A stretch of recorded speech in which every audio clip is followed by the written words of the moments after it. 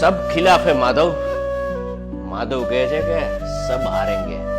તમે માધવ અને પાર્થના કોન્વર્સેશનમાં કંઈક બિલીવ કરતા હોય ને તો તમારા ધંધા માટે તમે માધવ છો કે પછી તમે અર્જુન છો? 5 વખત શ્વાસ લઈને વિચારજો.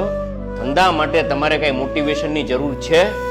ધંધા માટે કોઈ બાપ ગુજરાતી તરીકે મોટિવેશન દેવાય નહીં આવે. અને તમે ગુજરાતી છો અને મોટિવેશન લેવા નીકળ્યા છો તો ક્યાંક 2-5 મિનિટનું વિચારજો, મનોમંથન કરજો. ધંધો કોઈના બાપની જાગીર નથી, બુદ્ધિ કોઈના બાપની નથી. તમે ધંધો કરવા ઈચ્છો છો ને સાહેબ, તો તમારે ખાલી નીકળી પડવાનું છે ઈશ્વર શક્તિને સાક્ષી માનીને. વધુ માહિતી, વધુ ચર્ચા, વધુ સ્ટેટમેન્ટ કોઈ આપવું નથી. ધંધો કરવા માટે કોઈના મોટિવેશનની જરૂર નથી. આત્મબળ તમારી પાસે છે ને સાહેબ, તો સવારે ઉઠી અરીસામાં જોઈ નીકળી જાઓ કે મારે કાંઈ કામ કરવું છે. બીજી બધી વાર્તા છે સાહેબ. વધુ માહિતી માટે કોઈ વિડીયો જોવાની જરૂર છે નહીં, ખાલી તમારે તમારી જાતની સામે જોવાની જરૂર છે. Thank you.